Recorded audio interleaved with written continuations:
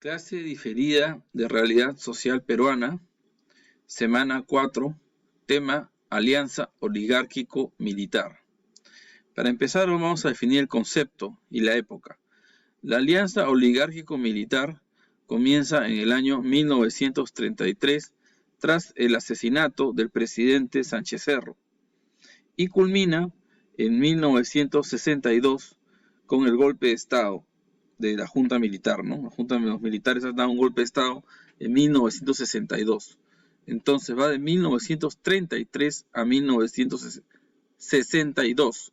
Son casi 30 años, 3 décadas, en que se produce este régimen que vamos a definirlo ahorita. Es una alianza entre dos grandes grupos, la oligarquía y los militares. La oligarquía había perdido poder durante la época de Leguía, eso ya lo hemos visto, durante la época de la Patria Nueva. La oligarquía había perdido el protagonismo que había tenido, bueno, desde que el Perú existía, ¿no? La oligarquía había sido muy protagónica en la vida política nacional todo el siglo XIX y sobre todo ya en el siglo XX durante la República Aristocrática. Pero con Leguía ese protagonismo había retrocedido. Y estaba con mucho impulso de volver a tener protagonismo. Por otro lado están los militares, que son una fuerza nueva en el sentido de que tienen una autonomía que antes no tenían. No es que antes no hubiera militares, antes de Leguía, sí había, pero al profesionalizar las Fuerzas Armadas, Leguía consigue que los militares tengan una lógica propia, actúen con autonomía, tengan sus propios esquemas, sus propios planes, no como antes que estaban al servicio de los oligarcas, precisamente, ¿no? Los militares ahora son autónomos. Entonces, es una alianza de necesidad mutua. Por un lado, los oligarcas se dan cuenta que necesitan a los militares para tener el poder efectivo del país, pero por otro lado, los militares, que también tienen sus planes, entienden que para tener un control del país es necesario tener de su parte a la clase social más poderosa, que es la oligarquía. Entonces es un pacto de mutua conveniencia, que al principio va a funcionar bien para los que han pactado, pero luego, conforme pasa el tiempo, se va a ir deteriorando. Esto lo vamos a ver poco a poco. Comencemos.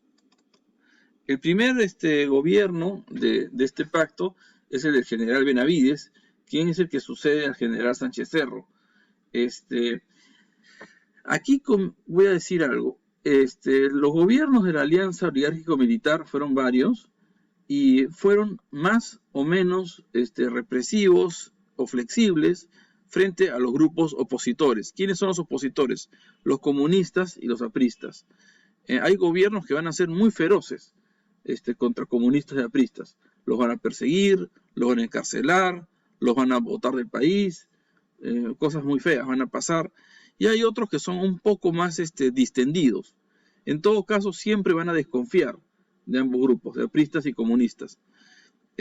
General Benavides fue un militar que gobierna Perú en los años 30, tras el asesinato de Sánchez Cerro, que es un militar duro, de estilo duro, inflexible, represor de apristas y de comunistas, y en general de todo lo que sea un movimiento social.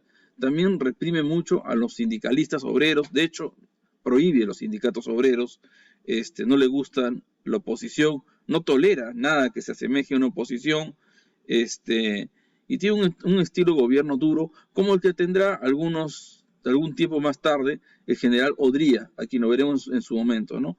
Un estilo de gobierno duro, vertical, autoritario, dictatorial, digámoslo así, es un dictador, ¿no? Benavides, como lo será también Odría luego. Luego quiero decir ya en los años 50, ¿no? Es un gobierno feroz, duro, de arriba abajo, es un dictador. No quiero entrar mucho en detalles, pero es eso. Al contrario de Benavides, en la otra vereda, vamos a ver que hay otro presidente que va a gobernar en 2 periodos, me refiero a Manuel Prado, que aquí lo tienen en pantalla, que va a gobernar entre el 39 y el 45, y luego va a tener un segundo gobierno entre el 56 y el 62, repito, entre el 39 y el 45 su primer gobierno, y entre el 56 y el 62 su segundo gobierno. Prado es, bueno, para empezar es civil, no es militar como Benavides o como Odría, y tiene un estilo de gobierno más distendido, digámoslo así, que estos militares. Sin embargo, también va a ser un presidente con un estilo, bueno, duro, pero no al estilo militar. Va a tener cierta tolerancia con el aprismo, va a negociar incluso algunos puntos con Haya de la Torre, pero siempre desconfiando del APRA, siempre con recelo, con una cierta distancia, y como quien dice, perdonen la licencia, lo tiene a raya, lo tiene a raya. No quiere que se le escape de las manos el aprismo, que es un grupo opositor en esta época, pero tampoco quiere hacer un escándalo internacional como hicieron los generales Benavides y Odría, cada cual a su tiempo, escándalos internacionales de violaciones de derechos humanos. Tampoco quiere arriesgar su imagen a ese punto, que se prefiere mantener un punto intermedio, Prado, ni tan represor como parecer un dictador sangriento, ni tan benevolente como para que se le escape el poder, ¿no? Está en un punto medio. Entonces ya ven, Prado va a tener algunas concesiones, va a tolerar algunos sindicatos, le va a dar algún margen de acción al aprismo, algún margen de acción. No es que lo legalice del todo, pero le va a permitir algún tipo ¿cómo se llama? De actividades al APRA, y todo eso es posible porque es un presidente que tiene más muñeca para gobernar, ¿no? Es más político que este señor Benavides, que es simplemente un general que por política entiende poner mano dura e imponer e imponerse, nada más, ¿no? No, Prado sí es un político y trata de tener muñeca, porque además, como buen político, quiere mantener un caudal electoral. No solo quiere mantener una buena imagen ante el extranjero, sino quiere mantener una buena base de votos para una futura elección, lo cual funcionó en su caso. Recuerden que es elegido por segunda vez, luego ya en el año 56, entonces tiene sentido. Es un político, pues.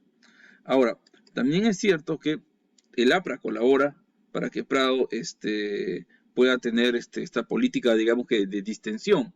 El APRA va a moderar sus posturas, el APRA de aquella época, ¿no? El APRA va a empezar a ser menos radical de lo que había sido en la época de la rebelión de Trujillo, por ejemplo. ¿Comienza el APRA a ser menos radical? Sí, pero vamos a ver que esto tiene sus límites. Un dato importante de esta época, bueno, perdón, dos. Primero, la guerra contra Ecuador fue un dato importante porque sube la autoestima nacional, ¿no? Fue una guerra que tuvo mucha publicidad en el Perú por parte del gobierno, porque es la idea de que el Perú puede ganar una guerra. Perú ganó la guerra del año 41 contra Ecuador, Ecuador pretendía vastos territorios en la Amazonía, que al final quedaron en manos peruanas. Y esto permite al gobierno y en general, diría yo, al aparato estatal, dar la imagen de que el Perú puede ganar. Sirve para aumentar la autoestima nacional, sirve para que las Fuerzas Armadas tengan una moral más elevada, para que se crean capaces de hacer más cosas, y luego vamos a ver que esto tiene un profundo impacto en el Perú en las próximas décadas, en las Fuerzas Armadas, quiero decir. Las Fuerzas Armadas empiezan a sentir que pueden pensar en grande. Repito, las Fuerzas Armadas empiezan a sentir que pueden pensar en grande a raíz del triunfo militar, de ganar la guerra contra Ecuador, ¿no? En el campo de la civilidad es más autoestima para el país, ¿no? Y bueno, el segundo punto que quería decir es que no quiero dejar pasar, es la composición de la población. Vean este cuadro, es muy interesante ver cómo para esta época, estamos en el año 40, ¿no?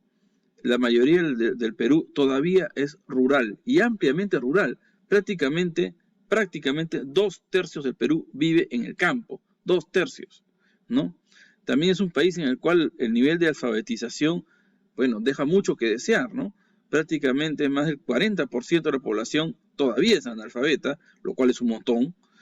Y el tema de la raza, bueno, voy a decir algo. Este censo es bastante tramposo en cuanto a cómo presenta los datos. Porque cuando dice raza blanca y mestiza, en realidad te está diciendo prácticamente raza mestiza, porque la cantidad de blancos, de lo que se podría considerar blancos según los estándares de la época, era muy poco. Es un país mayoritariamente mestizo indígena, Lo que pasa es que eso de juntar en una sola categoría blancos y mestizos es una manera tramposa de hacerlos ver como si fueran mayoría. O dicho de otra manera, es una manera tramposa de aparecer como que los indígenas no son tantos, cuando en realidad es otro. La realidad es que el Perú es mayoritariamente mestizo indígena, ¿no? Por si yo sé que esto es políticamente incorrecto lo que voy a decir, pero permítame esta licencia, voy a aclarar.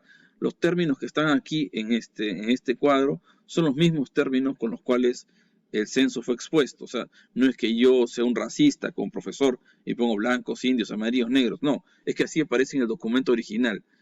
Cuando dice amarillo se está refiriendo a los asiáticos descendientes, y cuando dice negros, bueno, se está refiriendo a los afrodescendientes. No piensen que yo soy así racista como para estar hablando de esta manera. Este texto es una copia del texto original, ¿no? Entonces digamos que este es el rostro del Perú mayoritario, un rostro indígena y mestizo, un rostro rural, un rostro campesino. Así es el Perú mayoritario de la época. No digo todo el Perú, pero sí la mayoría, ¿no? Porque yo les he dejado algunos videos para que ustedes vean y contrasten. Les he mandado algunos videos, si vean en Paideia, por favor, sobre la Lima de esa época, la Lima de los años 40, 50, les he dejado un video. También les he dejado un video para que vean este Perú, el Perú rural, que es el rostro sobre el video de la comunidad indígena de Vicos, que queda en Ancash. La comunidad indígena de Vicos, he puesto un video de la época para que vean primero cómo visualmente era una comunidad indígena en aquella época, y además para que vean las ideas, los prejuicios, los estereotipos que existían acerca de lo indígena en esta época. Repito, ideas, estereotipos, prejuicios que hay acerca de los indígenas en esta época. Para eso les he puesto el video de la comunidad indígena de Vicos. Recuerden que material audiovisual también entra en los exámenes. No con toda lectura, porque todas lecturas son solo eso, lecturas. Pero para el momento de los exámenes esto también cuenta. O sea que por favor vean los videos. Y yo les pediría que los vean antes de clase porque es importante, ¿sí? Voy a seguir en el siguiente video. Gracias. Sigo en la segunda parte, ¿sí?